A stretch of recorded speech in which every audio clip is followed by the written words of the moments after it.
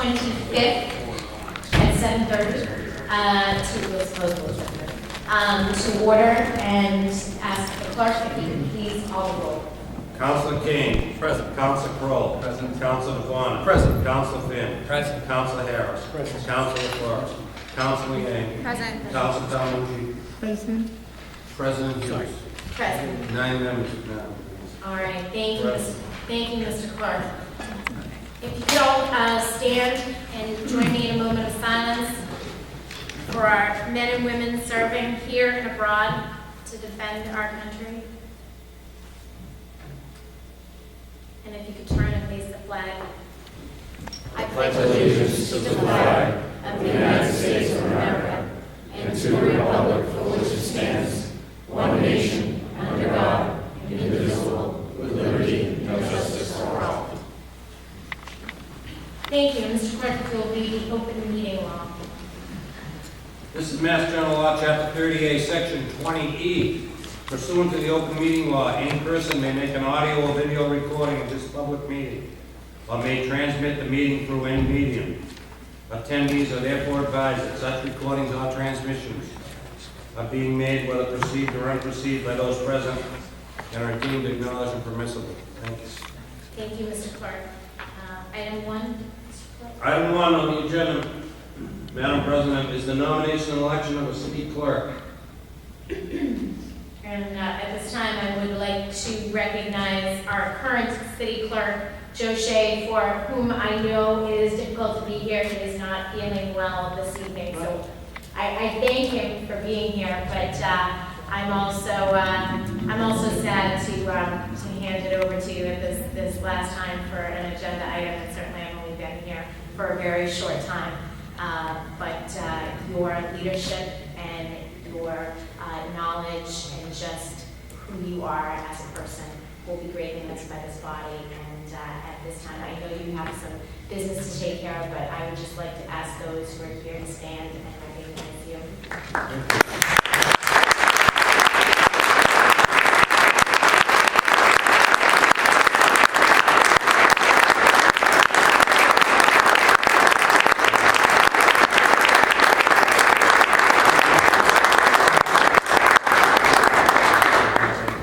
Yes, very well, Mr. Clark.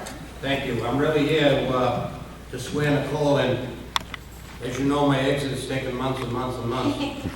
But I really am gone, and I'm leaving. But this is a happy occasion to swear Nicole, and the only thing I have to say is 29 years ago, actually 30-odd years ago, I came here. I've spent 29 years in this chamber, 25 as clerk and assistant clerk, and 4 as executive secretary of Manhattan. These were happy, productive years. And the reason they were happy and productive is because of all the people that I worked with.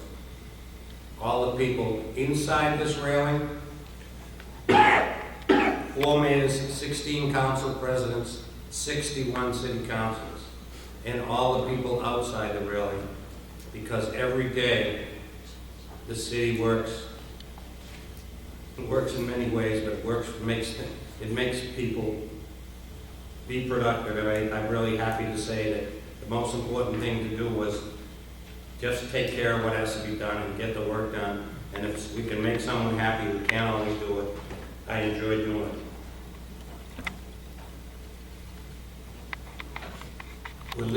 I'm leaving at a very good time. I did want to get back into this new building. I did want to get new voting machines. But the real reason I'm leaving at this time is Nicole is well and ready to be city clerk. And she just, I can tell the story, I don't know where she came from, but I believe she came from the city hospital, and she came 16 or 17 years ago. And anything that I asked her to do or anything that the public spoke to her about, she took care of. So I'm very happy. I'm very happy for people that helped me along the way.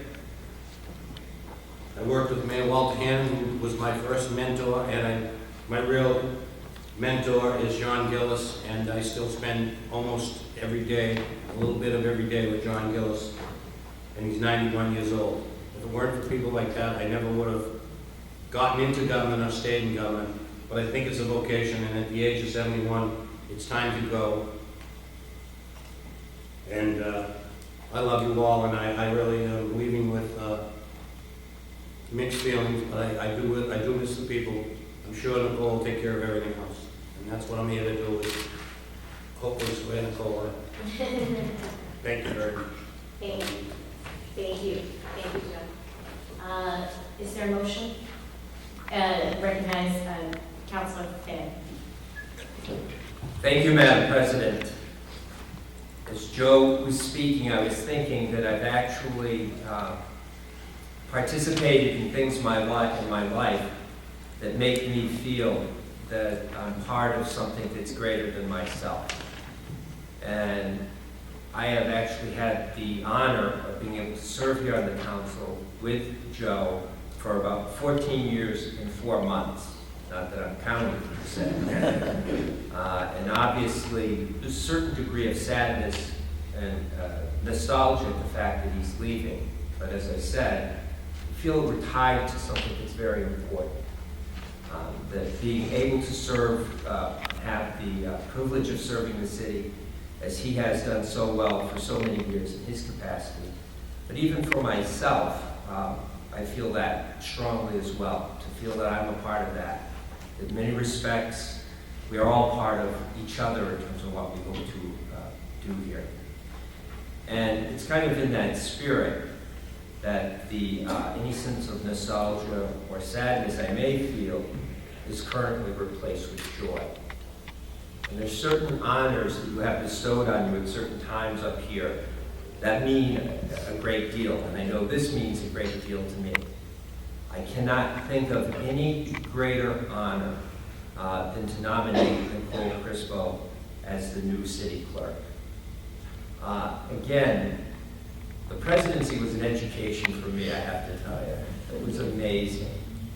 And to see the talent and skill that Nicole brought to the attempt that Joe and I were engaged in at the time of trying to kind of bring the clerk's office and the council office and everything together, to see how she worked with Jen, the tremendous work that Jen had done, but also to see the technical expertise and skill that she brought to this. That was clear cut that she had the capacity to put together a team that would make our work, our lives as councilors, our ability to serve, all that more effective because of the skills, the talents, and the professionalism she brings to this job. And it's most appropriate that the assistant clerk becomes the clerk. That's part of this tradition that we are part of. And I'm really happy, Madam President, to continue that specific tradition and nominate the very talented, the very professional Nicole Crispo for Quincy City Clerk. Thank you, Councilor Finn. Councilor Kroll. Thank you, Madam President. It was with great enthusiasm that I second the nomination of Nicole Crispo to be the next city clerk. I'd be remiss if I didn't, publicly say to Joe, I appreciate everything that you did, for me as a freshman counselor, and also for the city of Quincy.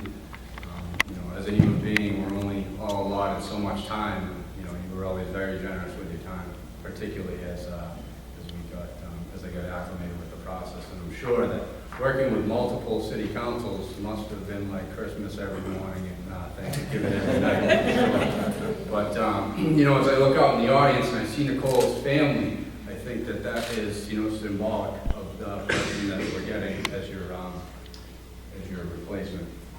And I've known Nicole since sitting as a city councilor, and there's no question that she's smart, she's hardworking, and I think at the core, and this is the key to success as I see it in public service, is that she cares.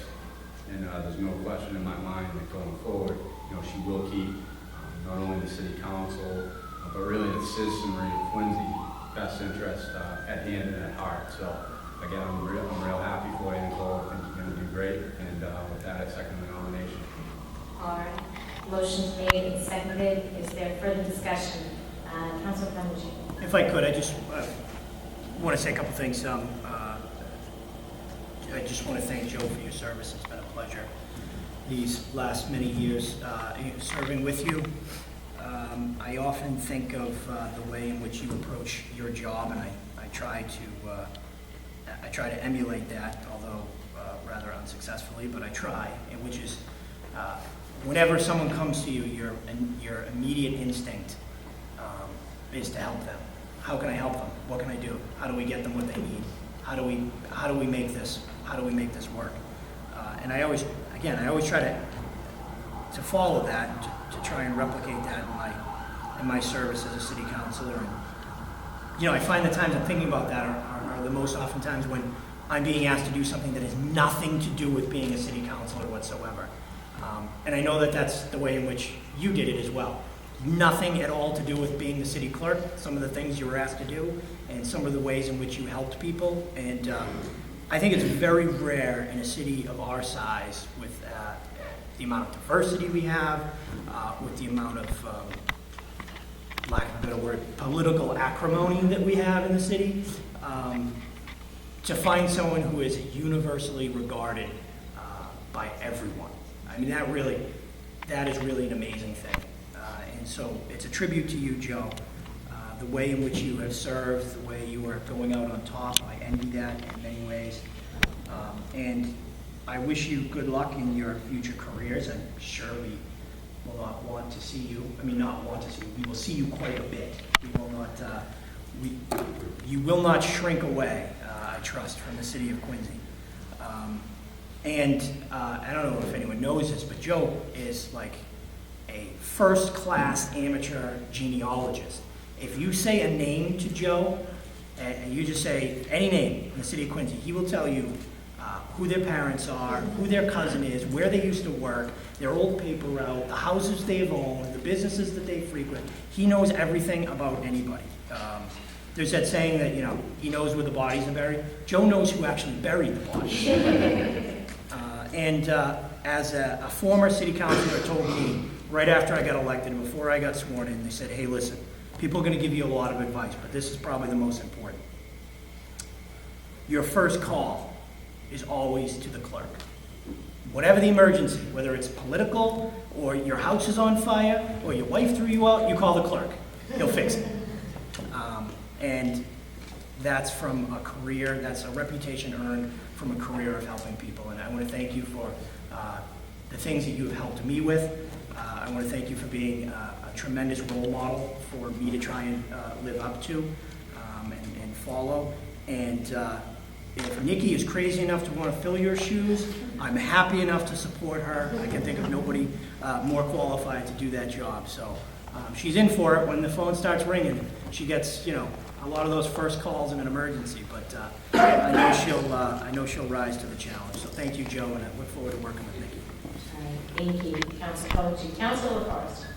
Thank you, Madam President. I know tough transition here to say some goodbyes and welcome in the same remarks. So, Joe, it has been such an honor for me to work with you, and like everybody says, you're our go-to, and you always have been, no matter what. You've heard it, whatever's coming down the pipeline, you've heard it before, and you've got great advice. I appreciate your historic perception in the community, but what you do here at City Hall, there's so much more that you and your family do outside of your office in your contribution to public service. So not only have I had the privilege and honor to work with you, but your wife, Josephine, and all the charitable causes that we know Josephine will still be active and involved in, and whether your son and your daughter, so the entire Shea family shares this commitment to public service, and it's been an honor for me not only to work with you, but to work with your family. It's quite a legacy you've given here to the city of Quincy. And it's interesting how I feel like Quincy is a small town and how many homes do pass from generation to generation. And those who have given of themselves and so many in service to the community, but the heart and love you have for our community is truly cherished by all of us who've worked with you. So we'll miss you. We will see you around. The MMA conferences will not be the same. Which you'll have to step up your game there. He's a county commissioner. He's still going. Oh, that's right, Joe, on conference day. So thank you, Joe. I know that we have another opportunity to say our goodbyes and well wishes to you, so outside of tonight. As for Nikki Crispo, so great to have, she married into a housing family. We have another Nikki chick coming up on board here. She is a dynamic woman to work with, how professional. She's really helped transition the technology. I think part of the biggest challenge of working in the city council was working with antiquated technology, and her and Jen in partnership have really transformed what we're able to do. So we've seen so much from Nikki already, and I really am pleased to see her progress to the city clerk's position, and it's an honor to work with her, and I welcome her aboard. Thank you, Nikki. Thank you, Councilor Forrest. All right, seeing no further discussion, Mr. Clerk, I'm going to go ahead and close nominations at this time, and we will move to a vote. That's right. So it is necessary to say the name of Nicole Crispo when your name is called.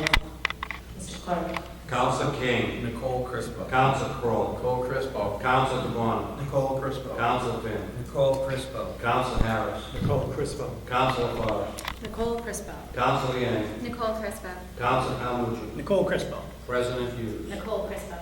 Nicole Crispo.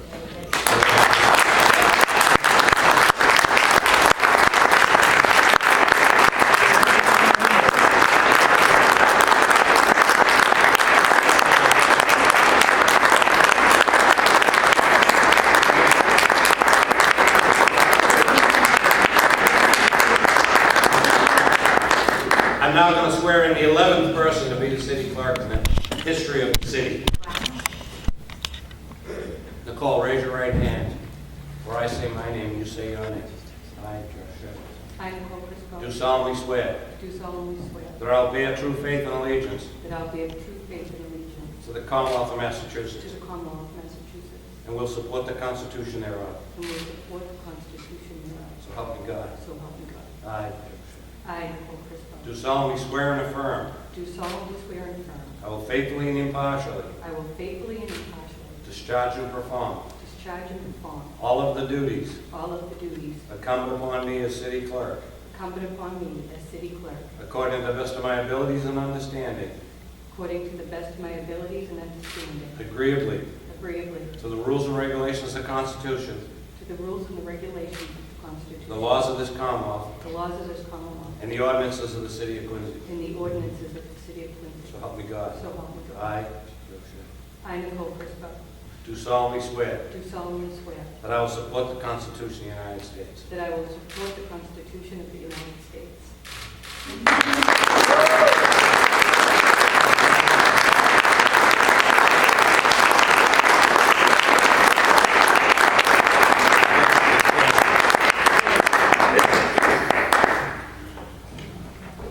Thank you.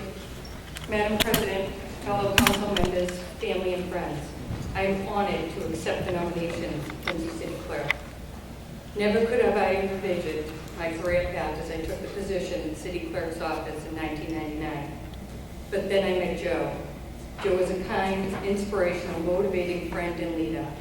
How lucky am I to have met a mentor like him. With Joe's guidance, I found the strength and confidence to drive to succeed in the city of Quincy. And now, with all I have learned, both independently and from my mentor, I am ready to take on the job as city clerk. I will not try to fulfill Joe's shoes, because as we all know, I prefer a slightly higher appointment. However, I am grateful for the path that Joe has cleared for me. I have met many exceptional colleagues along my journey who have provided me assistance, guidance, support, and friendship. And for that, I am forever grateful. As I embark on this exciting new challenge stages of my career, I pledge to execute and fulfill all my duties, obligations, and commitments with integrity, compassion, dedication in the city I love and am proud to call my home. I look forward to working with all of you. Thank you.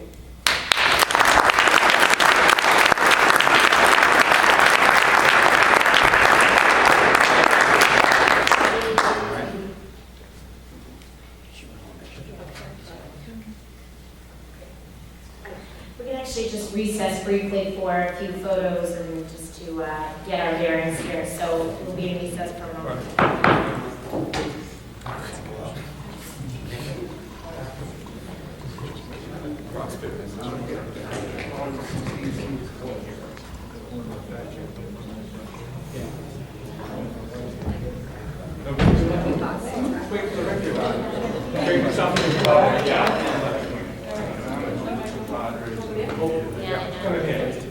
Thank you so much.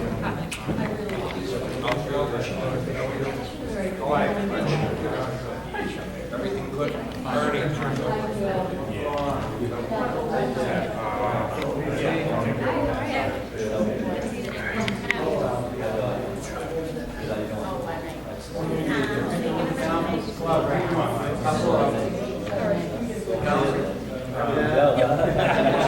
Family first. Family first.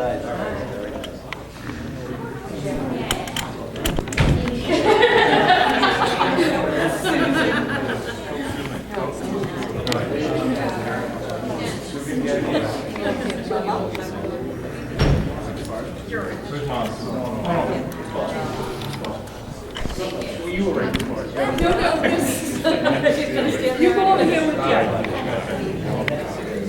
Council, don't vote your file.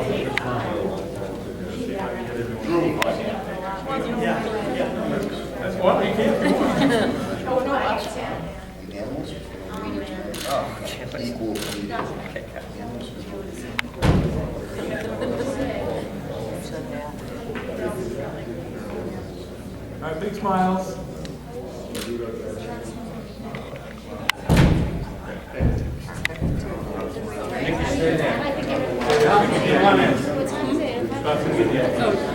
Okay. Stay in the order that you were. Come on in, we're gonna get a picture of what do my relation to Nick too. Nina's here. Where's Brian? Come on, Brian.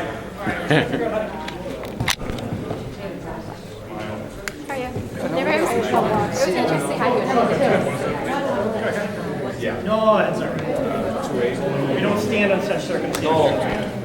Go to you. Great machine. I got a page one photo. Yes. How you doing? This one is one, all right? Yeah. What do you want? I'm not gonna be able to pay one. You'll be in the page. It's a slow news day, you might be. We're not putting raps on the front page. I'll tell you that much. I don't care what TV channel. If it's something bigger. Good, thank you Who so am I much. missing? We're missing Kirsten. Kirsten's right there. Kirsten, we're gonna take a picture. Kind words. Yeah. So excited. All right. Yeah.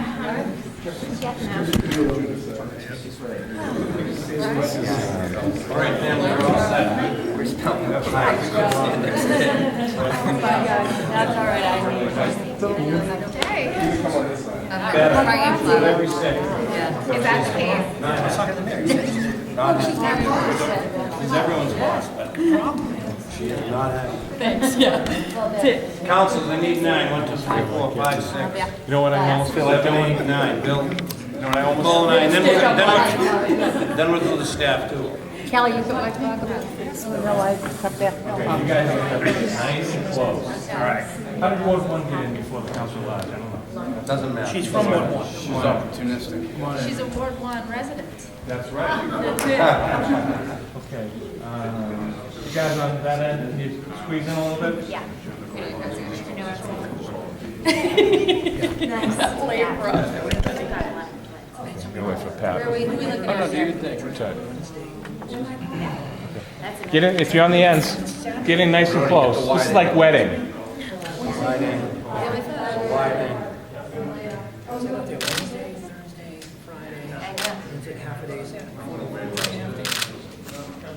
Okay.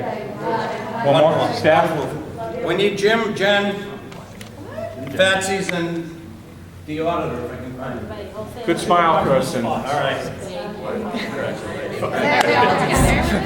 A lot of strong in the mirror myself about it. Get in there, Jim. 2 Jims enough. Susan. I think just the staff, the council, I don't think I can get everybody in there. Fine, we're okay with that. Wait, where are they going? Why are you just... Well, I don't know if I can get anybody in it. Oh, Can I sneak by? Yeah, go for it. all right, Jim. It's coming from that. So, I want to go. Put some roses next to the thorns here. This is it, though. Okay. Don't get carried away now.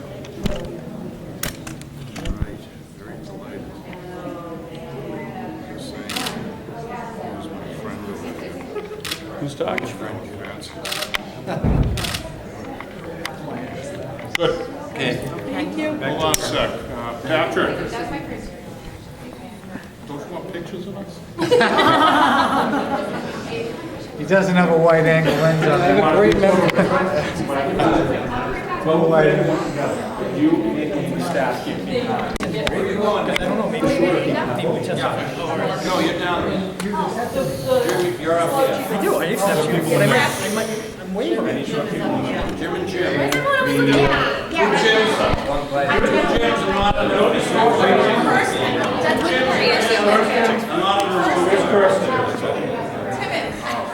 Yeah, I'm here, person's here. Where to?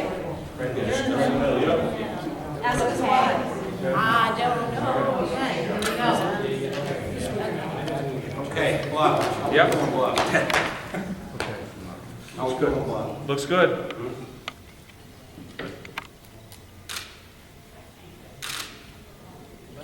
That'll work. Thank you.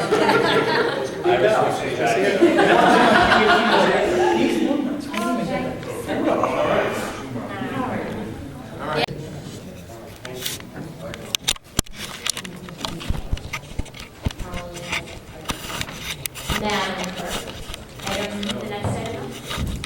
That's item number 2 on the agenda, 2016-104, Board of Confirmation of Mayor-at-Large appointment of Thomas W. Lynn of 90 Bicknell Street to Quincy Housing Authority Board of Commissioners. His appointment is for 5 years and is effective February 1st, 2016, through the first Monday, February 2021. All right, recommends Councilor Fox. Thank you, I'd like to make a motion in favor of confirming Thomas Lynn. He's been a very strong advocate. We have authority board of commissioners, and I'm part of this recommendation. All right, there's a motion's made, is there a second? Second. Seconded by Councilor Finn on the motion. All right, so are there any other nominations? No? Seeing none? Okay, we will close nominations now. Madam Clerk, again, it's necessary to say the name of the individual, Thomas Lynn, when you are called on. Madam Clerk, call roll. Councilor King. Thomas Lynn. Councilor Crowe. Thomas Lynn. Councilor DeBona. Thomas Lynn. Councilor Finn. Thomas Lynn. Councilor Harris. Thomas Lynn. Councilor LaForest. Thomas E. Lynn. Councilor Liang. Thomas Lynn. Councilor Calhoun. Thomas Lynn. President Hughes. Thomas Lynn. 8 members. All right, 8 members. Thomas Lynn is confirmed to the Quincy Housing Authority Board of Commissioners. Congratulations, Thomas. Thank you. Next item, Madam. The next item is number 3 on the agenda, 2016-0105, Board of Confirmation. Quincy City Council hereby confirms the appointment of Mary Ann Morris of 170 Copeland Street to the Quincy Housing Authority Board as tenant representative. Her appointment is for 5 years, effective February 2nd, 2015, through the first Monday in February 2020. All right, is there a motion to approve, to confirm Mary Ann Morris as tenant representative of Quincy Housing Authority Board? Motion made by Councilor DeBona, seconded by Councilor Crowell. Discussion on the motion? Yes, Councilor LaForest. Thank you, Madam President. I received some calls today from O'Brien Towers Residents Association, one of the tenants associations that I represent, and they had a vote today, and their vote, their board, was not to confirm the appointment of Mary Ann Morris. I had met with the O'Brien Tenants Association as well as the Harvard Lee Residents Committee, two of the Germantown Tenants Association and Public Housing in the area that I represent. They had submitted names for nomination from each of their boards to make consideration. When I had met with the mayor a few months ago, I had asked that he select a representative, a tenant representative from the Germantown area. There's a large amount of public housing in the area, and I wanted to elevate their voice. So I understand this is the mayor's appointment that we are then confirming, but in no disrespect to Mary Ann Morris, but I will be not voting for her proclamation this evening. She has done a great service into the community. I think that the Germantown residents were just looking for their turn in service on the tenant representative board, and I felt strongly on that, so I will not be voting. I will be voting against this proclamation this evening. Thank you, Councilor LaForest. Anyone else wishing to be heard? Councilor Finn.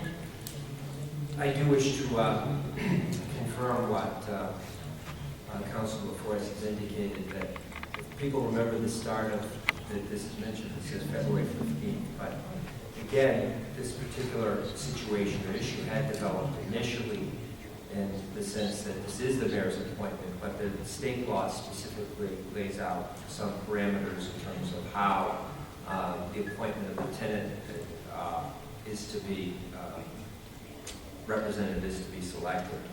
And I, through you, if I could, to Mr. Walker, it's my understanding, is it your understanding this time around in relation to this, that the mayor sought input from different senior housing representatives or whatever in terms of this position? Yes, it is, Council. Through you, Madam President. Again, I know that there is, again, I've received, I'm sure, many of the same calls that Council LaForest. I have really, quite honestly, no capacity to judge other than recognizing this is the mayor's appointment at this point. He has followed that process. So with that, I will probably support that. Thank you, Councilor Finn. Any further discussion? Councilor Devon. Thank you, President Hughes. I also got a few calls on this from Brian Towers and the representatives and the body over there, and I don't really know Mary Ann Morris as well. I've been 4 months into this term here, and if the mayor is going to recommend this, I'm going to probably support it as well. Thank you. Thank you, Councilor Devon. Further discussion? All right, seeing none, Madam Clerk, if you'll call the roll, please. And it is necessary to say Mary Ann Morris when voting. Councilor Kane. Yes. Sorry, try saying Mary Ann. Yes. Yeah. Councilor Pearl. Mary Ann Morris. Councilor DeBona. Mary Ann Morris. Councilor Finn. Mary Ann Morris. Councilor Harris. Mary Ann Morris. Councilor LaForest. No. Councilor Leeang. Mary Ann Morris. Councilor Calhoun. Mary Ann Morris. Councilor President Hughes.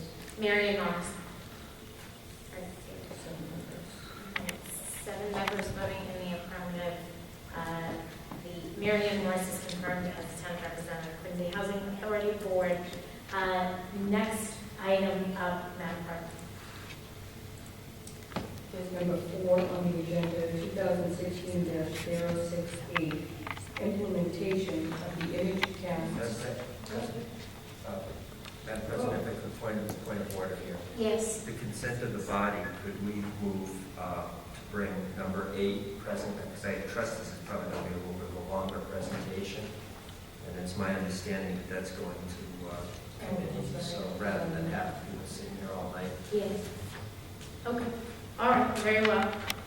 All right. The consent of the body. Okay. All right. So we'll move to item 8 on the agenda without any objection from the body. Seeing none, Madam Clerk. Number 8, 2016-109, resolved against lifting the cap on the Commonwealth Charter School. Yeah, wait a minute. All right. Motion to waive the reading. Councilor Kane. Thank you, Madam President. This is an issue that we're supporting, we have some good folks in the crowd tonight I want to acknowledge first. Nick Polio from the Mass Teachers, as well as Allison Cox from the Quincy Teachers. And this is in support of the good work that our superintendent of schools, our colleagues on the school committee, and I seek not to further undermine the efforts of their everyday work. I'm a product of the Quincy Public Schools through the elementary and middle school age, and had very much success in the public school system. And this is something, if we were to lift the cap on the Commonwealth charter schools, this is something that the city would stand to lose hundreds of thousands of dollars in educational funding for our students that are currently there. We lose accountability to the city with having these schools further in creation. And what is being created here is a two-part system that's creating separate opportunities for those members of our community. So as a city councilor, part of my mandate is to protect and improve our schools. About a third of our budget governs the school system in Quincy. And those are teachers, that live in the city of Quincy. Those are the administrators that help govern the system. Those are also our students. So if we're supporting money that's being siphoned away and never be replaced by new state funds, we jeopardize our students, we jeopardize funding for teachers, and we jeopardize the future of our schools. All right, thank you. All right, thank you, Councilor Kane. Councilor Crowell. Thank you, Madam President, and just to echo the sentiment and the gratitude for you folks coming here this evening to support this initiative. It is certainly something that warrants a lot of discussion and dialogue around. As Councilor Kane had mentioned, I myself also K-12 educated in the Quincy Public School System, and I believe that it is basic fundamental from a city service, the quality of education that we distribute to the young children of our city, and really speaks to the tune as to who we are as a city. Councilor Kane had mentioned the budgetary breakout roughly being a third.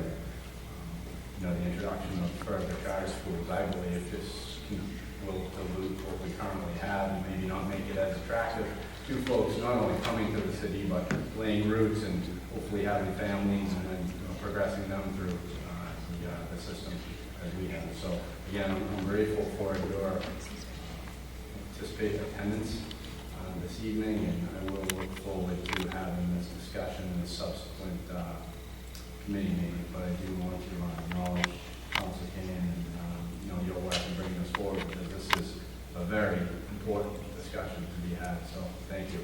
Thank you. Thank you, Councilor Crowell. So referral to education. Okay, all right, thank you. Next item, Madam Clerk, I think we'll move back to item number 4. Item number 4 on the agenda is 2008 resolved to seek a report on the city's effort to control and eradicate rodents. Presentation from Health Commissioner Andrew Shealy. Okay, thank you. At this time, I know Commissioner Shealy is on his way up to the microphone to make his presentation. I do want to recognize Councilor Calmucci at this time, just to speak briefly to. Yeah, but just by way of introduction, this is a resolution by myself and my colleague from Ward 3, Mr. Kane. This was something that I introduced last session as well, due to a lot of reports last summer about increase of rats that I was having reported to me in West and South Quincy, and I think one of the first dozen or so calls Councilor King got was about rats as well, and he had reached out to me and said he wanted to reintroduce it. So we put it on the agenda tonight in hopes of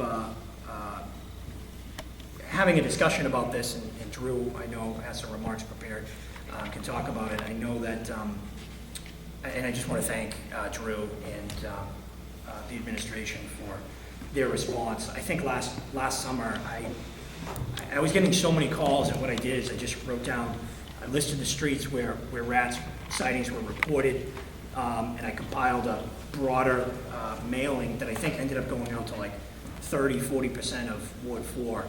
And it was kind of a rat advisory, something that Mr. Shealy helped me kind of put together about how we prevent rats. And I don't want to step in all of your talking points No, tonight, go right ahead. so I won't. But you know, get rid of the bird feeder, cover your trash, and construction doesn't cause rats to breed. Having a reliable food source is the way in which rats will breed. If they have a reliable food source, whether it's uncovered trash or some other food source, a garden or whatnot, that's what encourages the growth. So I have a lot of questions for Mr. Shealy. I know that he's here and he has some thoughts to share, but I just wanted kind of by way of introduction. And I really went back and forth on my drive here as whether or not I should say the terms rat apocalypse or Rat-mageddon, but I figured I would get a frown from you, Council President Hughes. So I will not incorporate those into any statements this evening. You're gonna get a frown from me because my neighbor is here to discuss the rat problem behind. I'm very upset about this. So now I want to thank you, Councilor Palmucci and Councilor Kane, for bringing this up again. I know we talked about it last time, so thank you very much. With that, Mr. Shealy, Commissioner Shealy, would you like to come to the microphone to address us? Thank you. So your neighbor's here to talk about rats? No. Your neighbor? I thought you said, I'm your. To listen, no, not you. Oh. To listen. My neighbor's Have here. you seen any? So where have you, this is how we handle the rat complaint, so you'll get to watch right now. So where have you seen them? Like around your property, or are you near the brook? Yes. Uncovered trash barrels. So if you want, I'll take your address before I leave, and I'll come down and I'll take a walk around the property, and I'll see if we can identify any burrows. Anything, anywhere they might be living. You might just be on a run where they might be in someone else's yard living and the food source is across from yours. I'll give you permission to go on your property.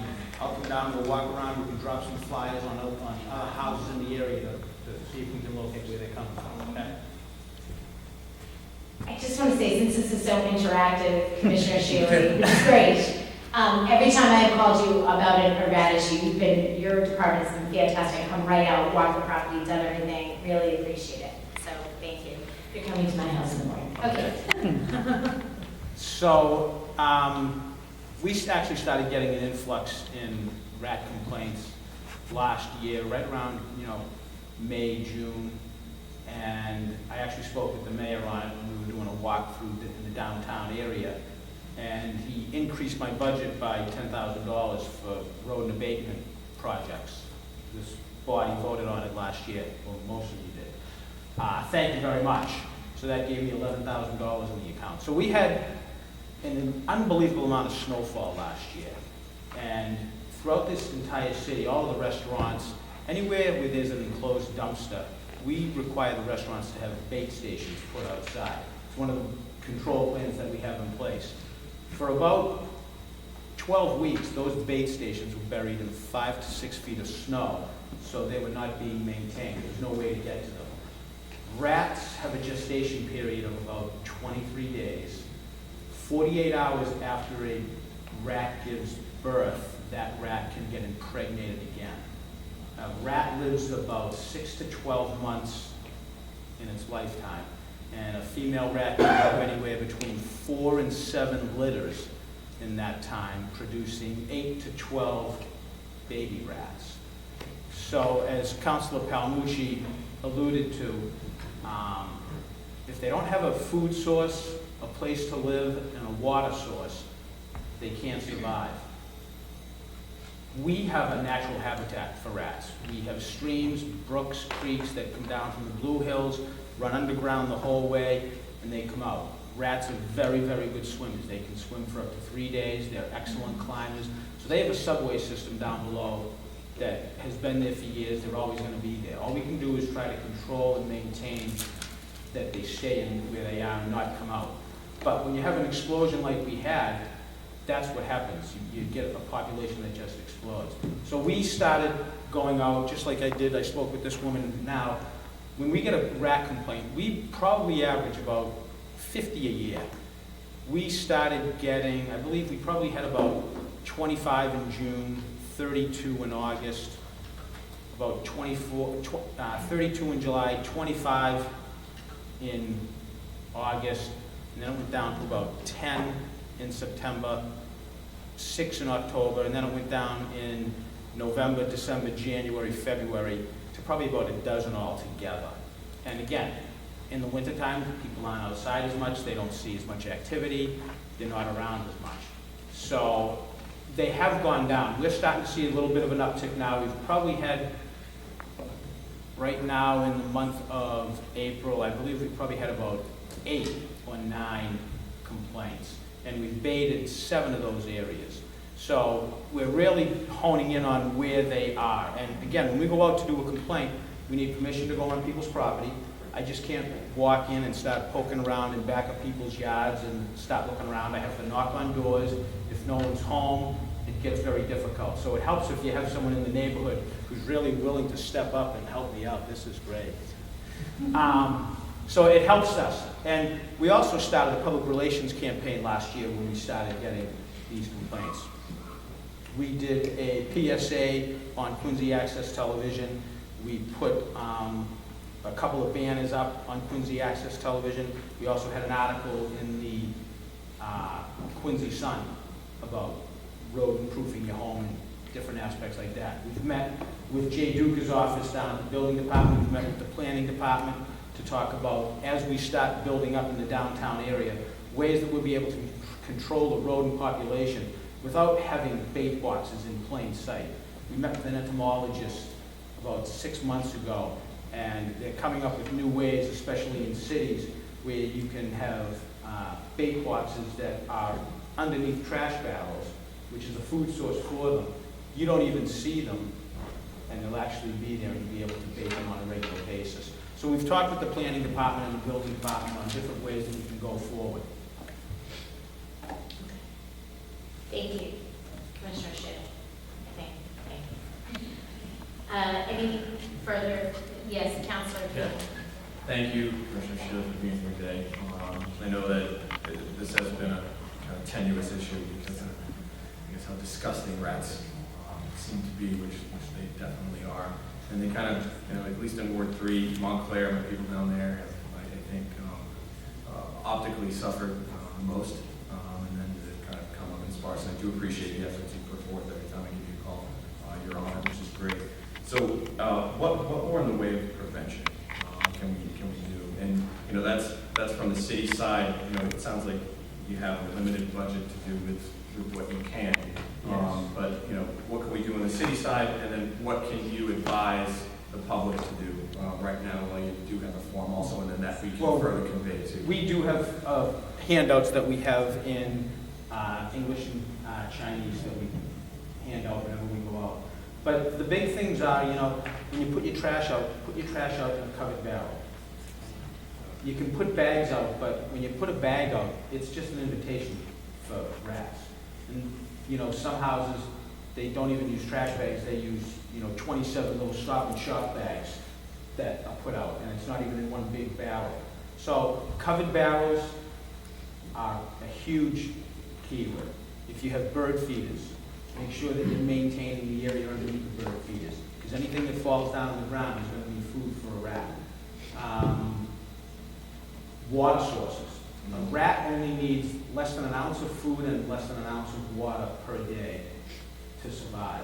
So a cap full of water is plenty for a rat in a day. So it's just like when we talk about prevention with Western mosquitoes. If you have any water sources in your backyard, a frisbee that's upside down that might have been out in the yard for 3 weeks, or a tire that's in the backyard, or a wheelbarrow, or a bucket. Anything that could be a water source. They're excellent climbers, and they can get in and out of everything. And that's the public side. That's the personal prevention. How about from us? What can we do to help you? If you've come across any, just tell your constituents to call my office, and we'll go out. Doesn't matter. I'm around Saturdays and Sundays. I was out yesterday up in, actually, Council Palmucci's area up by Shea Rink in West Quincy yesterday. Okay. So. Well, yeah, just whatever you do have, just say you have a handout, can you send that to all of us? It's on the city webpage. Okay, great, thank you. Thank you, Councilor King. Councilor Forrest. Thank you, Madam President. Commissioner Shealy, thank you so much for being here. And as Council Hughes mentioned, you're super responsive. I mean, I called you Friday at close of business and you went right down. I think one of my biggest frustrations is some of the abandoned properties in the city. And are you finding that that is a common location around some of these abandoned properties? It depends upon what's inside the abandoned property. If the abandoned property is a food source and they're in there, then yeah, it's definitely an issue. And have you been able to It's tough to get communicate with- inside, it's tough to get inside an abandoned property to determine what's in there. And so I guess if you could just walk us through, okay, if a call comes in through me, you're gonna go down to this property, the abutter is seeing rats, they're saying, I'm seeing raccoons coming in and out of the property, I'm seeing rats in the property. Walk me through the process then that you have when you arrive on scene. When we arrive on scene, I'll go down and I'll have two of my handouts, one in English, one in Chinese, and I'll knock on the door. If no one answers, then I'll knock on the neighbor's door. I'll leave a flyer, I'll put my phone number on it, but it won't be the only call that we make down there. We'll go back down there again. If no one's home, we'll walk around as much of the property as we can. It's also great because we also knock on the neighbor's door. If the neighbor's home and we say, yeah, we got a call, someone might have saw a rat, is it okay if I walk around your yard? If they say yes, that's great, because then if I get into their backyard, then I can look over into the other house's backyard. It gives me whole access to a whole other area of housing. But getting that access to that backyard is, sometimes people don't want you. I've had doors closed in my face because no, they don't want me there, don't want me on their property, and I've had to go back with, translators, and If it's a matter of public health, do you have the right to access the property? If I identify burrows, You see a burrow. if I see burrows on there, then I'm going to access the property, and I'm going to make sure it gets baited immediately. And What the normal procedure would be, if I identify burrows on a property, or if we identify a violation on a property, we'd send out a formal letter, and they'd have 14 days to comply, and we might re-inspect in 18 days. Well, if we go back there in 18 days and they haven't done anything, then a second letter goes out, and they have another 7 days. By that time, you could have had a whole litter, and they could be pregnant again. So I take it as an emergency, and I go on the property right away, and I bait right away. And we have a contract with the pest control Yes. company that you call and here's the address, Yep. then they come on, access Yep. the site. I usually They meet them bait. on site wherever they go. And how frequently will they visit someone's property? When we bait a property, we put, the boxes usually go down and are checked within 7 to 10 days to see if there's any activity. If there's no activity within that 7 to 10 days, the box stays there probably another 10 to 11 days. And when we go back in 21 days, if there's no activity at all in the box, then the burrows are rolled, they get filled in, we remove the box. If there is any activity at all, we leave that box there until when we go back X amount of days later and check and there's no activity. And that's when we remove the box. So They're usually there 21 to 25 days. So I called you once last week, Friday, close of business, you went right down, talked to some of the neighbors, and really, the quick response is so important. It's so creepy, and people feel so uncomfortable making that phone call, but I want the residents to know, make that phone call the health department, because you will go down there, you will respond. I think Yep. people are embarrassed, they want to try and take care of it themselves, they don't want anyone to know they're seeing rats in the neighborhood. These are well-kept, Yep. many of them are well-kept homes that are seeing this. So I guess that my second situation, yesterday, this that you read today, was a row of houses, all very well-maintained houses, not anything that was having, that people leaving trash out or things in the backyard. What do you typically find them that if they're in one house in the backyard or the boroughs in multiple properties, what typically, when you are finding that? You usually find them near a food source. And the marsh area that's a natural habitat for them. Don't tell me this, I'm all Well, about marshes and the beaches, really. It's a natural habitat for them. They prefer fresh food, but they'll eat feces, they'll eat plants, but if they can get into a garbage can, they'd much rather have a garbage can, and that's the key right there. So I think what's tough too is, particularly in the coastal areas, covered barrels are unheard of, because I don't even bring the barrel at home when I buy a barrel, because on Rock Island Road, you're blowing them all over the place, there's just so much wind over there. And I think that's, part of the difficulty, Yep, it is is. that keeping barrels covered, right? Conceptually, that's great. Easier said than done. Right. Okay, well, I appreciate your quick response and that this continues. I think the neighbors need to say something when they're seeing something. Absolutely. Contacting your office, contact your counselor. Thank you. Thank you. Councilor Dorman, Thank you, yeah, if I could. Drew, so I think we had talked, when we talked last year, last summer, and subsequently, you had said one of the things you thought was because of the winter was so bad, not this past winter, but the bad winter previously, that we weren't able to get a jump start on baiting and attacking the issue proactively as we normally do because there was so much snow on the ground, right? And I actually think that I've seen some articles recently about, there's an article last week in the USA Today, it was pretty interesting, but it was saying how cities across the East Coast are having this problem. New York, Boston, DC, that anyone who's affected by that winter, their calls are up 25 to 70% for rats. Orkin in those same cities say that their calls are up 174% in some of those cities.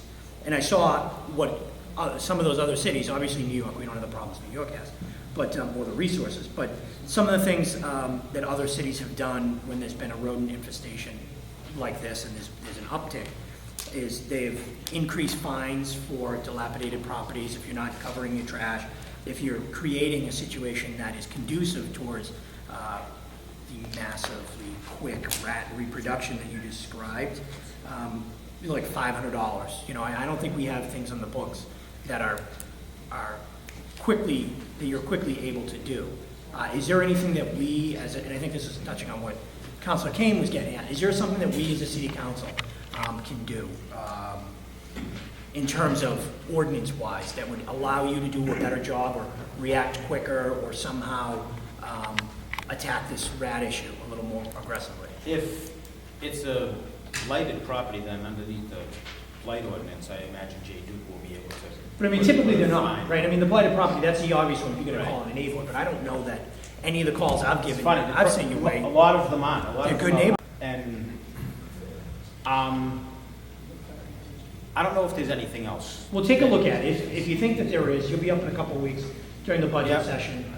If there's anything, or if, I mean, the real big issue is making sure that your trash goes out in a barrel. but we don't currently have a rule that says No. you have to, right? I mean, No.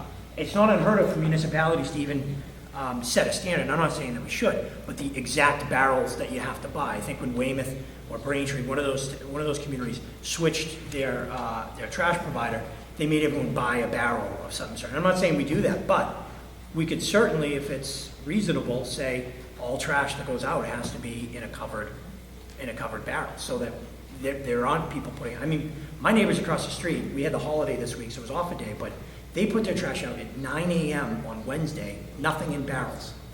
And it gets picked up Thursday morning. And it didn't. We get picked up on Friday, and because of the holiday, we didn't get picked up until Saturday. And I know, I live right off of Common Street. I know there's been rats seen living in the roadway, and they've been baited, but it's that issue with putting the barrels, not even barrels, putting the trash out 4 days early without a barrel. So maybe that's something you can think about, and at some later date, let us know if you think there is ordinances that we can put into place, such as, all trash has to go out in a covered barrel, whatever they want to get, but it can't go out in bags or can't go out loose.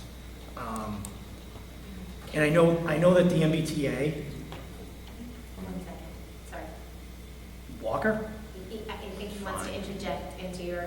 the mayor's representative, Yes, the mayor's representative. oh, I yield to him. Thank you.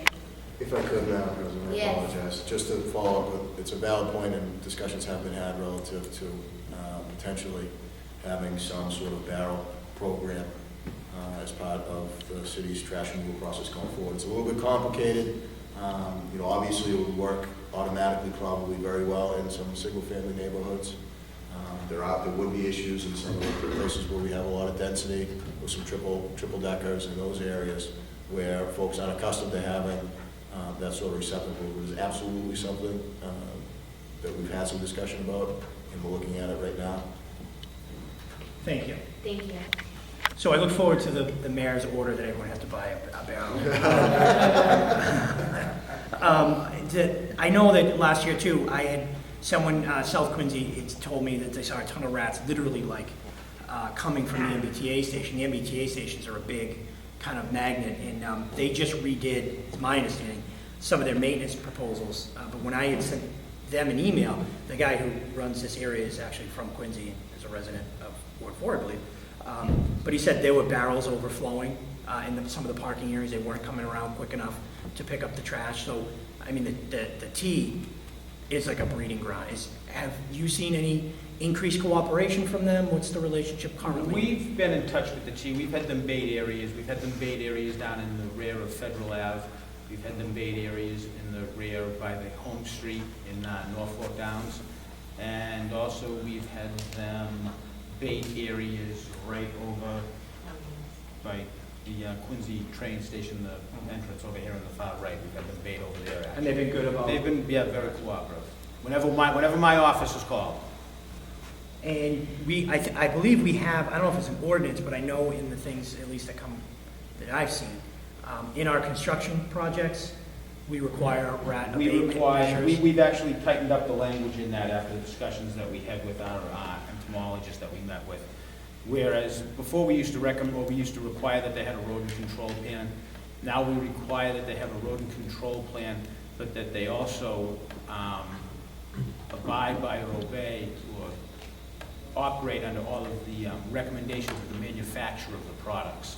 So before we would assume they'd have a rodent control plan, but we had no way of knowing whether or not they were following up with coming back in 7 to 10 days to rebate. This way, underneath the guidelines that are written by the manufacturer, they have to go back. So we require that they follow manufacturing guidelines, and that's another thing that we've actually done.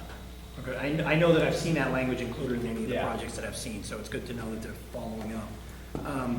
Boston has a pilot program with Harvard and MIT, where they're using dry ice to pack the burrows. Are you familiar with that? It's like 50 cents a pound, and it's just asphyxiating the rats. Be interesting to see if that works out, because New York is doing something where they're feeding them something that doesn't kill them, but it makes the females not fertile. Yeah. And New York also has a map, like an interactive map, so all the rat calls that come into the city get plotted on the map, and you can kind of, and I don't know if that's something that we would want to do. I don't know if you make it public or whatever, but if it's something that would help you. We have a map in my office. Okay, so you can kind of see the flow and whatnot. Huh. We have green for complaints, red for baited. Okay. Well, it sounds like you're on top of it, which worries me more, because I would have preferred that you came up here and said, what's a rat, because that would explain why things are so bad. But you appear on all aspects to be on top of this, yet we're still seeing this rise in the population. So, well, the complaints have gone down considerably from last year. We won't be able to see, obviously, compare June's until we get to June, but just from what we've seen, it's late May right now. Within the next month, I would imagine that we'll probably have an uptick. Like I said, we probably have about 8 right now. Before the end of May, we may end up with, 10 or 12 in the month of May, which isn't unusual, especially given it's the time of year when people are starting to get out into their yards. It's a far cry from the 32 we had last year, though. I mean, I don't think there's a resident or a neighborhood where I talk to someone that they haven't seen a rat in the area. Maybe not their property, so they didn't call, but their neighbors saw one running up the driveway, and when I'm just having conversations with people around the city, including the mayor, who's seen them, as you know, it's definitely an issue. So I'll stop talking at this point, but I just want you to know from this council's perspective, if there's anything you need that we can do as a council, whether it be legislatively, budget-wise, if there's something in your budget due to increased staff resources or increased amount of money that you need for additional work, I think this is the kind of thing that if you don't get on top of it, as you said, the rate at which they breed can get out of control in a hurry. So I'm glad to see we're doing so much. I'm worried that we're doing so much and we're still getting I'm getting the number of calls that I'm getting, which may not be representative of what you're seeing, but that's concerning to me. So I hope we can redouble those efforts. And if you need anything, I'll certainly do what I can in my role up here to help with that. Just forward any complaints over to my office. Well, thank you. And thank you for the work that you're doing and that the administration is doing in the effort. All right, thank you, Councilor Palmucci. Commissioner Shealy, just a question. If you see a lot of raccoons in your yard there, is there anything, I guess, is like a natural predator of them that if you see those, you're not gonna have problems? By a fox, I don't know. Okay. By fox, right, yeah. And what about? Well, raccoons and skunks, we're encroaching on all of their property, so they're gonna be coming out and living among us. Oh, yeah, well, I have a couple of them too. But, all right. What about ammonia on your trash? I wouldn't recommend it because you never know who's gonna be going through your trash. Okay. Got it. A good, strong lid would be good. It's hard to get open. Raccoons and rats don't have any. No, yeah, but then the raccoons eat them out, I open them up, and then they're open. It's a cabal. This is really going too far. Okay, all right, thank you. Anyone else? Anyone else? Yes, Councilor Devon. Thank you, Madam President. Is there any, thank you, Commissioner Shields, for being here tonight. Is there any particular months or time frame where they're most active? They're always active at night, that's when they're most active. And you'll see them in the early spring when they're coming out from, being underground, and in the fall and the winter months when they're looking to get to someplace warm. That's for most roads. I think it's more on the educational background of this, is like Councilor Cummings, you talking about with the trash out in the trash, container. But, take it a step further, I know it costs a lot of money, and maybe this is a question for Mr. Walker or the administration, but, at these other towns, these Miltons and these Braintrees and these Weymouth, every time I drive by on like a trash day, I see these things are not, these containers, they're all out there, one's for the recyclables, one's for the regular, you get 1 each, you can't go any over that, and I never really see them broken. They're always, either the lid of the hinge is actually on or off, and I see them kind of just sitting there on the side of the road. They're not really broken or knocked over. It looks so uniform. How much does that really cost for our municipality to kind of work that into what we have now? Has that been talked about? I defer to. It has been discussed, Councilor, through Madam President. It's been discussed, at least in a preliminary way. Certainly open to having a discussion about it. There is a substantial cost that comes along with it. It's also a substantial logistical issue that the Braintrees of this world don't have, that Quincy does. We have a lot of neighborhoods that are very dense, multi-unit, multi-family houses, where folks have come accustomed to a certain way of putting out their trash. And from a practical purpose, what are we going to do if people start just keep throwing their bags out on the trash? We have to think about that. We're still going to pick up the trash. So it's an education process, it's a cost process, it's a logistical process in terms of getting these trucks. Now in Braintree, those totes that the driver never has to get off the truck. Again, as I mentioned to Councilor Palmucci, those might be viable in some of our neighborhoods, but they're certainly not viable in some of the tighter neighborhoods where you have cars on both sides of the street, where you have tight quarters to be able to get through. It's definitely worth having a discussion, Councilman. We're happy to do it. But there are a lot of issues that go along with that we would need to be discussed. I do understand exactly what you're saying. However, if you could, do we have any lifts on our present trash collection? So if you wanted to go out, and I know the DPW gives a $10 coupon to go to Lowe's or Home Depot to pick up, or Curry or whatever you want to go to pick up these nice containers. And, do we have a lift set up on these trash compactors? Do we have a lift right now that lifts up these things without pulling? There may be, Councilman, on some of the trucks. Okay. Again, our contractor will staff based upon the operation that they have to run. If they're running an operation where they know they got to get out of the truck, they have 2 men, and I don't know if all of their trucks, whether they're in Braintree or Weymouth, whether they all have the capability. I don't know that off the top of my head. I think that would be a step in the right direction educationally, is to get people on board with volunteering to do that. Okay, you're not required to do this trash container lift program, but we have it available for the constituents and the people that want to do it. That, I think, might solve some of these problems and issues. And, if you see your neighbor across the street that has one of them, you'll say, hey, that looks pretty tight and compact and neat. I want one of those too. When you go over, get the $10 coupon from DPW, Go over to Lowe's or Home Depot, buy it for $80, good investment, have it, very durable, and, you know, I think it might solve some of these issues that we're having in some of these neighborhoods. I know it's tight in certain other neighborhoods, but I'll tell you, I go through some of these neighborhoods and nobody has a trash container. It's all on the ground. It looks like it's been sitting there forever, and there's no oversight on you know, trying to get that stuff into, you know, who's going to do that. But anyways, it's just a thought. We have a discussion. We have the educational person here as well. But, you know, I just think that might be the step in the right direction to start with. How do you feel about that? I think barrels would be a great idea. Thank you.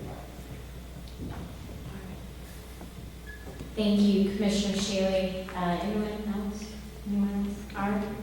Yes, Councilor Calhoun. I just want to, in conclusion, the last thing, I steal your line for your rat pit, which is, there's only one good thing about rats, and that's that they typically don't enter your home.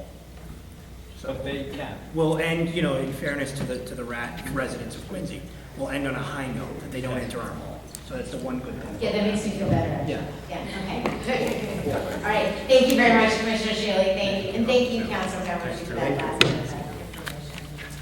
How about the rat? All right, next item, Madam Clerk.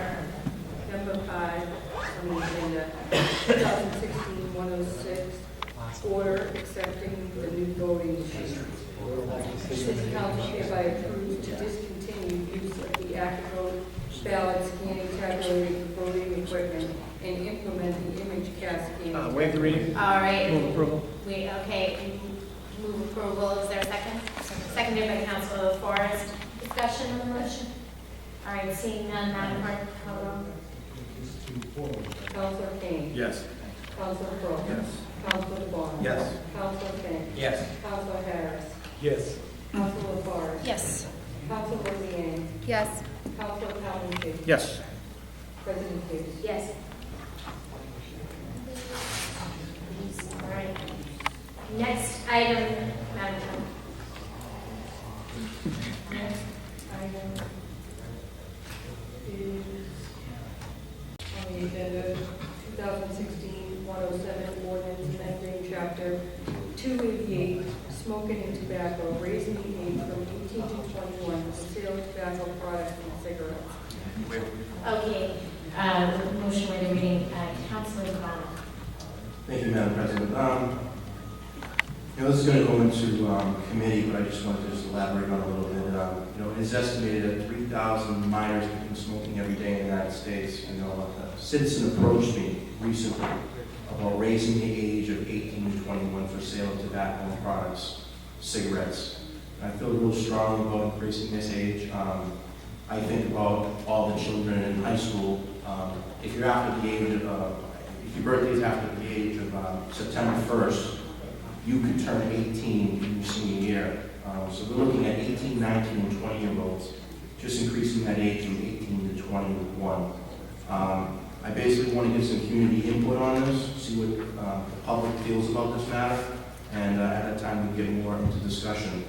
But if I could, I'd like to put in a formal motion to refer 2016-108, amending Chapter 288, smoking and tobacco, raising the age from 18 to 21 for the sale of tobacco products, cigarettes, to the Ordinance Committee, as well as the Environmental and Public Safety Committee. I put that in the formal motion. All right, motion made, seconded by Councilor Kroll. We can just move to put it into those committees at this time. So thank you, Councilor Devon. Next item, Madam Clerk. Next item is number 7 on the agenda, 2016-108. Be it ordained that the city of Quincy accept the following gifts upon the conditions attached and herein set forth. Various donors $200 for the DAN program. Motion to accept the gift made by Councilor Kroll and seconded by Councilor Devon and Councilor Kroll. Okay. All right. On the motion. Councilor Kane. Yes. Councilor Crowe. Yes. Councilor DeBon. Yes. Councilor Finn. Yes. Councilor Harris. Yes. Councilor Forrest. Yes. Councilor Leeang. Yes. Councilor Calhoun. Yes. President Hughes. Yes.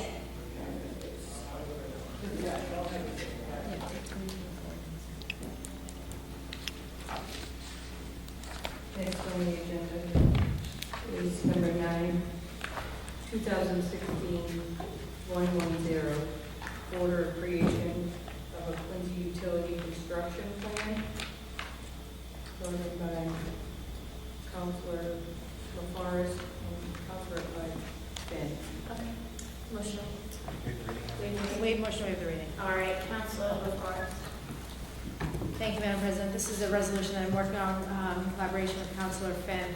I think part of a lot of frustrations, particularly the ward counselor, is utility management. So when National Grid digs open the road for a trench, and then as that trench declines and years pass and time passes, and then the maintenance thereof and how we're staying on top of that. So the city of Boston has a comprehensive plan that assigns utilities kind of a color medallion that they actually put in the trench, and you're able to see on site: yellow for gas, red or blue for water. So as you're managing it, and to me, I see something more so through, with our GIS system. What is the opportunity that we have to better manage the roads? Because as we look at the current conditions of the roads and the frustration that it's all not, when particular utility has opened up a road, that it's their responsible to maintain, yet are they coming back, are they maintaining, how do we manage who's responsible? I think that's part of the frustration, is to look at kind of what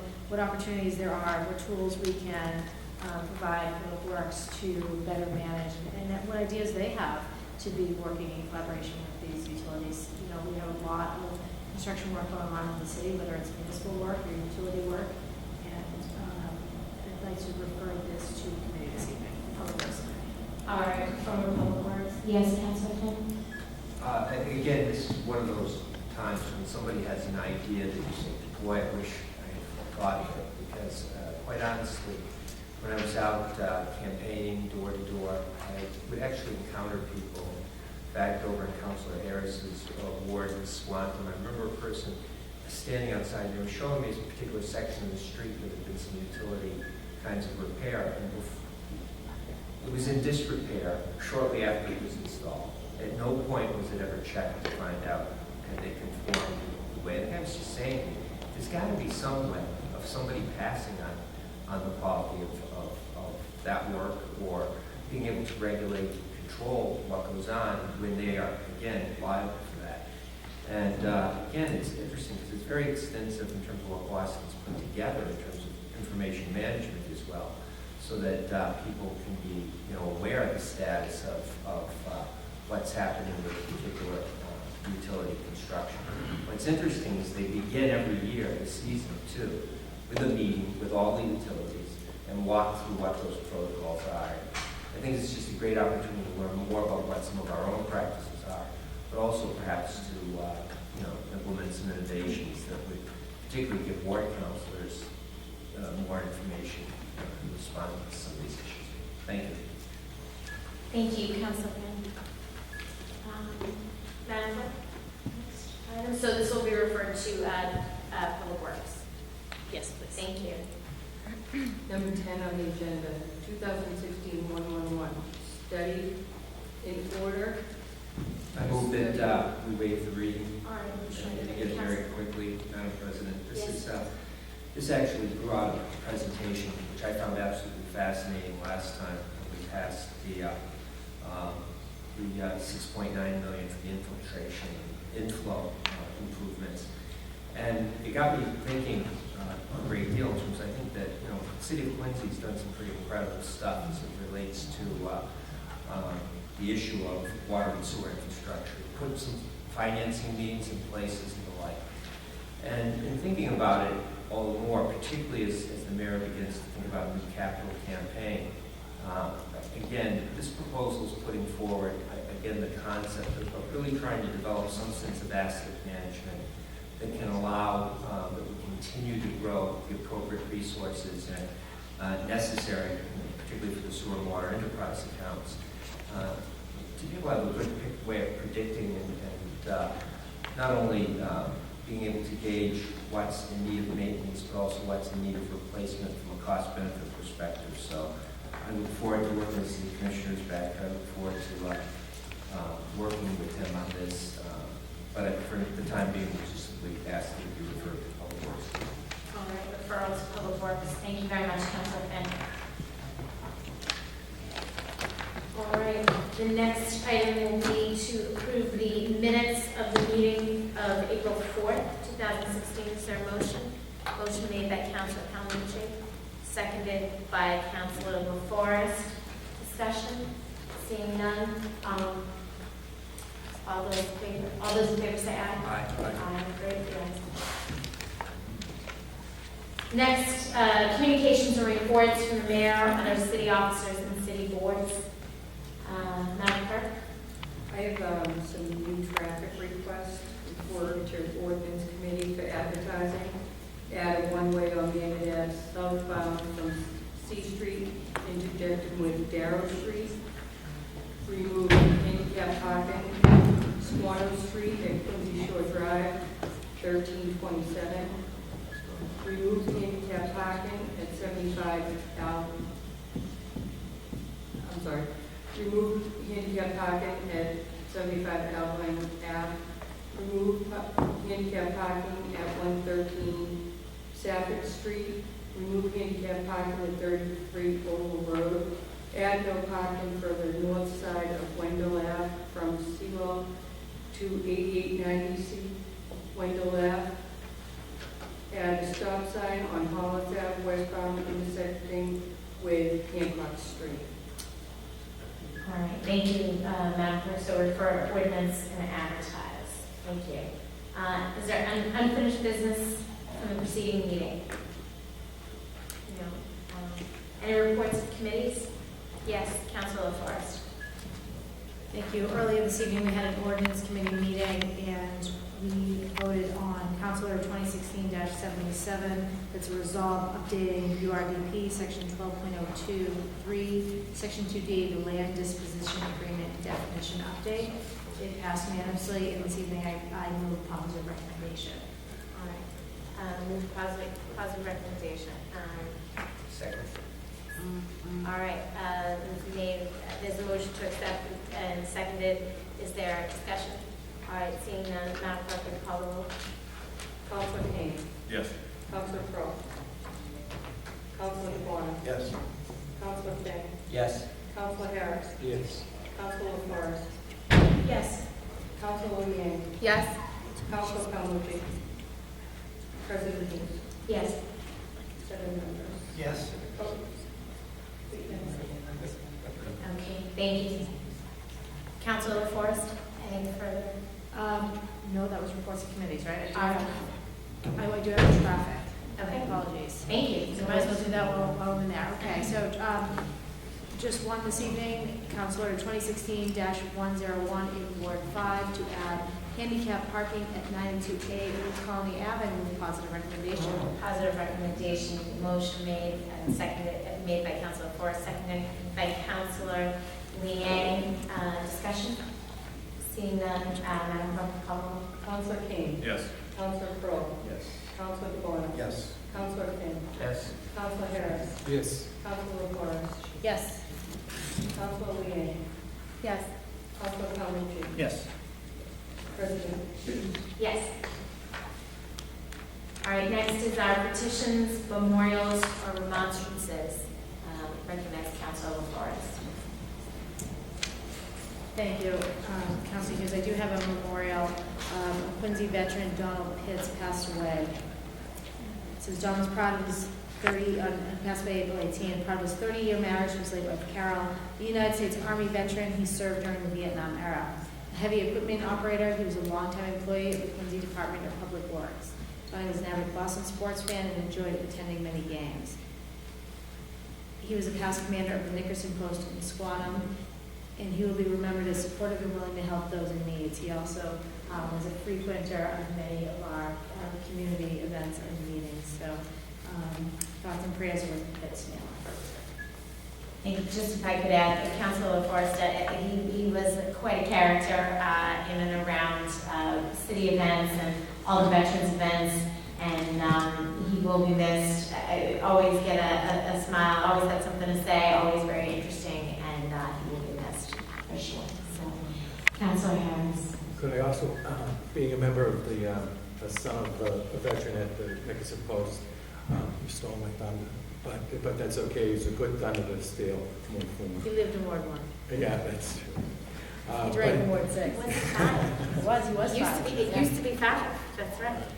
But again, very great job. I just want to mention he also was very big in giving out each year, in the name of his late wife, scholarships to many of the children. Received scholarships throughout the years through the veterans, through the Nickerson Post. So it's, thank you, Councilman LaForest, for recognizing one of our members. Thank you. Thank you. Thank you, Councilor Finn, and then Councilor Devine. I will, since I'm the crabby one with the Remonstrance. remonstrance, Okay. I'll let the councilor, I'll yield to Councilor DeVoe. Councilor Devine. Thank you, Madam President. I really feel sad about this one. This Michael J. Coote, age 48, of Quincy, just formally passed away. He was raised in Hyde Park and graduated from Hyde Park High School. He worked for many years for the family business, New England Cooling and Heating in Dedham. Michael loved sports and was a coach and an active member of the Quincy Youth Baseball and the Quincy Youth Football. He coached alongside me with the Quincy Point Panthers. Dear son of the late Charles and Barbara Coote, beloved husband of Rachel Ryan, loving and devoted father of Michael J. and Elizabeth G. Coote. The challenging part of this is his son Michael, I'll be coaching again. He's a 7th grader this year, he'll be an 8th grader next year. And people ask me, why do you continue to coach youth football? Why do you you're already elected. You don't need to do that anymore. These are the reasons why I do this and devote my time to the children and youth of the city. This is my 5th year, I'll be going in my 6th year, but I'm looking forward to coaching this kid. And he's such a good kid, he's going to be one of my captains next year for the 8th grade team. And I just want you guys, if you can keep your thoughts and prayers for the Coote family. Very sad, he's only 48 years old. Thank you. Thank you, Councilor Devine. Councilor Finn. Thank you, Madam President, through you to Mr. Walker. Again, and I'm slow to pick up on certain developments or whatever, but it's become, I finally became aware of the fact that the licensing board hearings are no longer televised because they're being carried on downstairs. And apparently, my understanding is that presently we don't have the capacity to link them to Quincy Access at this particular point in time. I'm sure it's probably no surprise that the licensing board hearings rank very high in terms of what people tend to watch. And I've been fielding certain questions about, is there any intent on the part of the city to put in the necessary technology downstairs so that they can get their favorite programming back? Through you, Madam President, there is, Councilor. As we go forward, we're going to be continuing to invest in this building, and we've already had some initial discussions with QATV, and it is certainly the mayor's intention to have that capability in that room. It was always the intention to have the capability in that room. It's just not there at the moment. So at the present moment, we're not only we're not live, but we're not doing any taping whatsoever of those. No, I mean, I'd hate to speak for QATV, but I'd hate to speak for QATV at this point, but I don't believe that there's anything to prevent taping of meetings downstairs. We can certainly have that discussion with them. There may be some logistical issues they have entirely that may forbid them without the proper setup to take them permanently. I don't know the answer to that question, but just off the top of my head, I think it's certainly worth having a discussion. Thank you, Mr. Walker. Thank you, Madam President. Thank you. All right, motions, orders, and resolutions. And then scheduling of committee meetings and public hearings. Councilor Fuller. Before you get to that, my apologies. We're talking about scheduling. I was actually asked by Chris to just go over a schedule for finance, but I'd like to be recorded as a yay on Council Order 2016-77. Which you voted on. Okay. Yeah. Madam Clerk. Oh,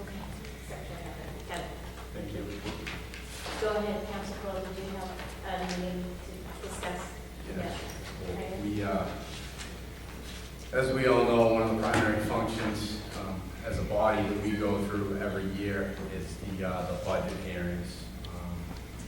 I know that we will be receiving a presentation on May the 2nd of the fiscal year 2017 budget. And my understanding, along with it, and I'm asking for validation from the mayor's representative, capital improvement plan. And preceding that, we'll also hear about the North Quincy project, Teal Field, in a finance committee hearing at 6:30 p.m. on May 2nd. Just in terms of calendar, especially for the newer counselors, May 9th is a date that you're probably going to want to go to bed early Sunday night, because we're going to have the city's financial advisor as well as bond counsel in the House to go over whatever the subject they want to cover relative to the debt management, I would assume, City of Quincy. And then we'll go into subsequent departmental hearings on the 9th. So May 9th is going to be a 6 p.m. start. Well, here's the thing. So we could go to 6:30 and probably think about an hour for the bond counsel and financial advisor, but you wouldn't be getting in the budget hearing until 7:30. That's okay with everyone. That works for me. Is 6 too early for folks? I guess is the question. You know what I mean? 6 work? May 9th? On the 9th, 6. So again, we'll have a presentation from the bond counsel and financial advisor, and then we'll go into the subsequent budget hearing. I have come up with a schedule. It's over to the mayor's representative just to validate and verify everything. We'll have the departmental breakdowns by the next city council meeting, which is a week from today. So the 9th, the 16th will be the second budget hearing at 6:30. And then we will, in theory, wrap it up on the 25th, which is a Wednesday, if all goes as planned. So that'll give us enough time. This is sort of a vision for it to tackle any matters that we may or may not have to, between the end of May and the break in June. So that's the thought process there, and ask you questions, read the material, and certainly look forward to the discussion. 6:30 on the 25th? Yes. Further scheduling of committee meetings, Councilor LaForest. So I wanted to, our ordinance committee meeting that we started tonight, find an opportunity to continue. I'm literally looking at my calendar and I've worked 4 nights a week through mid-May. I think what I'd like to see if there's an availability prior, because there's a committee of the whole, not to come in off May, the May 23rd council meeting, if we could do 6:30.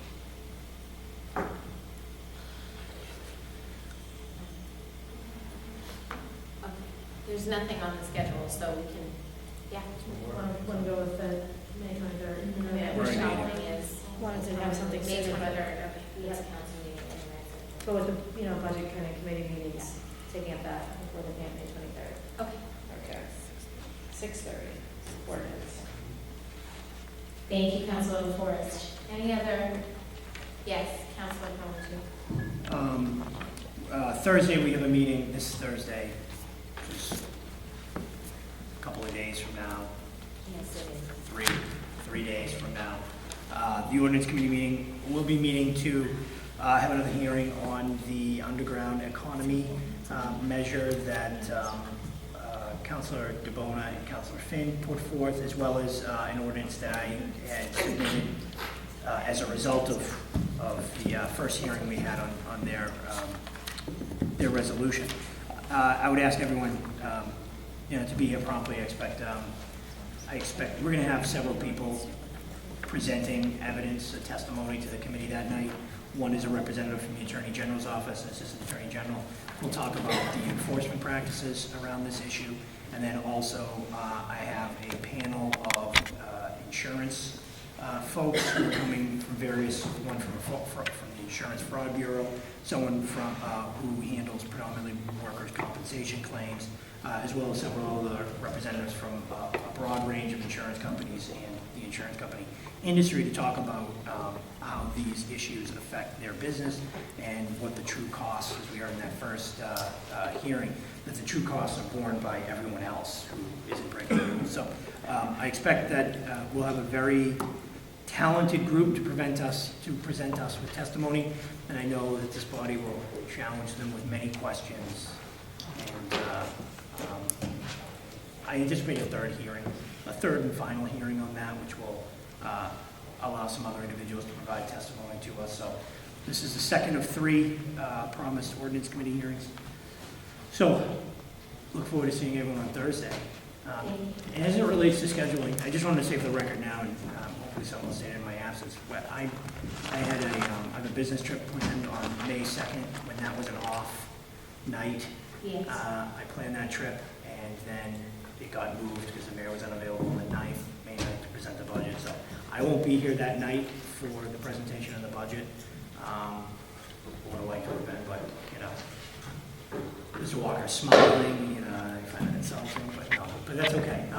And I know, I don't know, through you, Madam President, if, through you to the mayor's representative, do we have a time frame for the LDA when that will be presented to the council?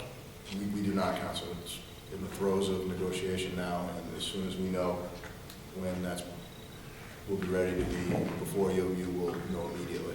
Okay, and the reason why I ask is when we're, under the crush of the budget hearings and all that, and that's the crazy time here, and I would hate to see something as important as that come in, at one of the last council meetings where we're not able to act on it, or there's some kind of impression that we then don't meet over the summer, because we traditionally don't. We don't want to meet when people are away and can't provide testimony, that we're not doing our part in it. So the sooner the better, or when the council reconvenes.